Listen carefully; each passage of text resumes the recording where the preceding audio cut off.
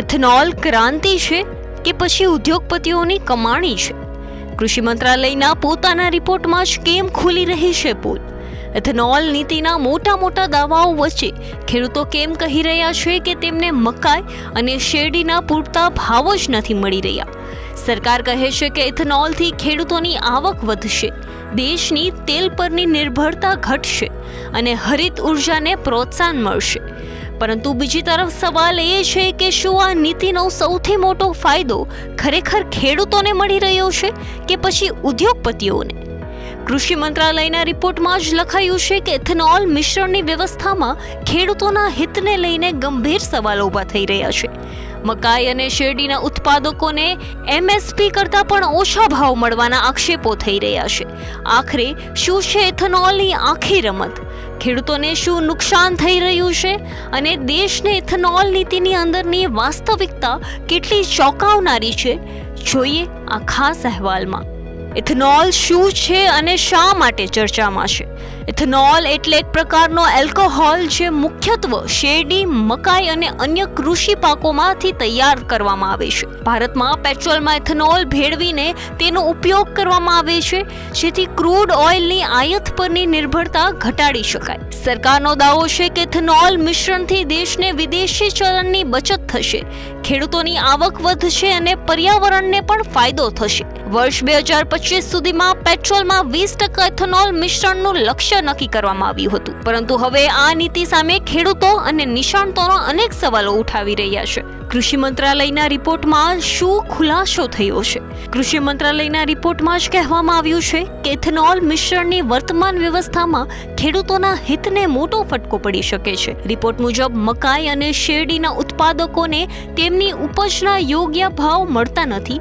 સરકાર ભલે ખેડૂતોની આવક બમણી કરવાની વાત કરે, પરંતુ વાસ્તવિકતા એ છે કે ઘણા ખેડૂતો હજુ પણ બજારમાં યોગ્ય કિંમત માટે સંઘર્ષ કરી રહ્યા છે. ખેડૂતોનું કહેવું છે કે ઇથેનોલ ઉત્પાદન સાથે જોડાયેલી મોટી કંપનીઓને તો ફાયદો થઈ રહ્યો છે, પરંતુ જમીન પર કામ કરનાર ખેડૂતોને તેનો લાભ પ્રમાણમાં મળતો નથી. મકાઈ અને શેરડીના પૂરતા ભાવ કેમ નથી મળતા? સૌથી મોટો સવાલ એ છે કે જ્યારે ઇથેનોલની માંગ વધી રહી છે ત્યારે ખેડૂતોને તેનો લાભ કેમ નથી મળી રહ્યો? ખેડૂતોના મતે ઇથેનોલ ઉત્પાદન કરતી કંપનીઓ અને ખાંડ મિલો પાકની ખરીદીમાં પોતાનું પ્રભુત્વ જમાવે છે. પરિણામે ખેડૂતોને ઘણી વખત MSP કરતાં ઓછા ભાવમાં પાક વેચવાની ફરજ પડે છે. મકાઈ અને શેરડીના ભાવમાં વધઘટ, ચૂકવણીમાં વિલંબ અને બજાર પર મર્યાદિત નિયંત્રણ ખેડૂતોની મુશ્કેલી વધારી રહ્યા છે. ખેડૂતોનું કહેવું છે કે ઇથેનોલ નીતિનો ફાયદો જો ખરેખર ખેડૂતો સુધી પહોંચાડવો હોય તો પાકના યોગ્ય અને નિશ્ચિત ભાવની ગેરંટી આપવી પડશે. ઇથેનોલથી ક્યાં પ્રશ્નો ઊભા થઈ રહ્યા છે?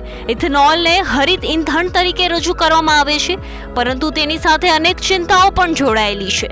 સૌથી પહેલો પ્રશ્ન પાણીનો છે. શેરડી અને મકાઈ જેવા પાકોને મોટા પ્રમાણમાં પાણીની જરૂર પડે છે. નિષ્ણાતો માને છે કે ઇથેનોલનું ઉત્પાદન વધવાથી ભૂગર્ભ જળ પર દબાણ વધી શકે છે. બીજી તરફ ખાદ્ય સુરક્ષાનો પણ મુદ્દો ઊભો છે.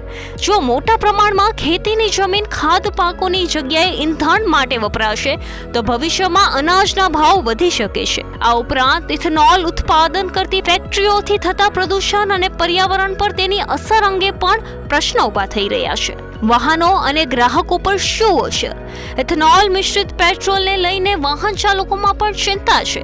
નિષ્ણાતોના જણાવ્યા પ્રમાણે ઇથેનોલમાં ઉર્જા ક્ષમતા સામાન્ય પેટ્રોલ કરતાં ઓછી હોય છે, જેના કારણે વાહનોની માઇલેજમાં ઘટાડો થઈ શકે છે. ઇથેનોલ હવામાંથી ભેજ ખેંચે છે, જેના કારણે જૂના વાહનોના એન્જિન, રબરના પાઇપ અને ફ્યુઅલ સિસ્ટમ પર અસર થઈ શકે છે. ખાસ કરીને જૂના વાહનોમાં કાચ લાગવાની અને મેન્ટેનન્સ ખર્ચ વધવાની શક્યતા વધી જાય છે. ખેડૂતો સામે ઉદ્યોગપતિઓ, આખરે કોનો ફાયદો? સરકાર ઇથેનોલને ઉર્જા ક્રાંતિ ગણાવી રહી છે, પરંતુ ખેડૂતોના સંગઠનોનો આરોપ છે કે આ ક્રાંતિનો સૌથી મોટો ફાયદો મોટી કંપનીઓ અને ઉદ્યોગપતિઓને થઈ રહ્યો છે. ખેડૂતો પૂછે છે કે જો ઇથેનોલની માંગ સતત વધી રહી છે તો પછી તેમને તેમની ઉપજના યોગ્ય ભાવ કેમ નથી મળતા? કૃષિ મંત્રાલયના રિપોર્ટમાં પણ આ મુદ્દા પર ગંભીર ચિંતા વ્યક્ત કરવામાં આવી છે. સવાલ એ છે કે શું ઇથેનોલ નીતિ ખરેખર ખેડૂતોને સમૃદ્ધ બનાવશે કે પછી તે માત્ર મોટા ઉદ્યોગોને જ વધુ મજબૂત બનાવશે. ઇથેનોલને લઈને સરકારના દાવા અને જમીન પરની વાસ્તવિકતા વચ્ચેનો તફાવત હવે ચર્ચાનો વિષય બન્યો છે. એક તરફ ઉર્જા આત્મનિર્ભરતાનું સ્વપ્ન છે, તો બીજી તરફ ખેડૂતોની આવક અને ખેતીનું ભવિષ્ય પણ દાવ પર લાગેલું છે. આખરે ઇથેનોલ ક્રાંતિ ખરેખર ખેડૂતો માટે આશીર્વાદ સાબિત થશે કે પછી માત્ર ઉદ્યોગપતિઓના કમાણીનું સાધન બની રહેશે? આ સવાલનો જવાબ આવનારા સમયમાં દેશની કૃષિ નીતિ નક્કી કરશે.